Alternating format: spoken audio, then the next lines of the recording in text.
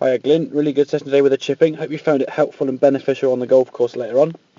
Just going to run through a couple of points now that we discussed in the session. First thing to do with your setup, want to make sure the golf ball now is towards the middle part of your feet and the weight is going to be favouring that lead foot. That's going to help you now strike down on the golf ball and get the contact you're looking for.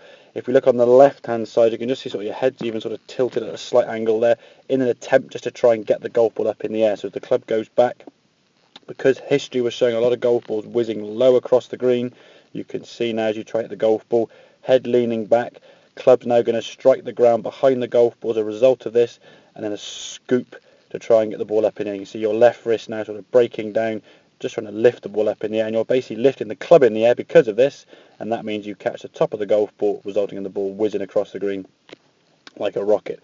So the sensation you want to try and do is make sure the hands and arms keep working towards the target.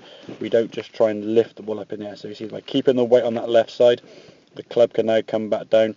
Much better contact. The left hand now is not broken down and your hands and arms can swing. So if we look at these sort of two positions now at the finish, you've maintained that sort of triangle that we talked about between your arms and the shoulders.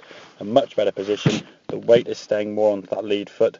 As a result of that, the contact, we can see a much better contact, that ball going up in the air and utilising the full loft of that golf club with the pitching wedge. So, and depending on the shot you've got, whether you've got a pitch shot or a small little shot, or whether the flag's a long way across the green on the other side, that will just determine whether you play a pitching wedge or a 9-iron or a 7-iron. But if you can just develop one technique as you were there on the right hand side, you can just change the club then for the type of shot that you've got in front of you. So, hope that all makes sense. Any questions, obviously give me a shout, Clint, and I'll see you soon.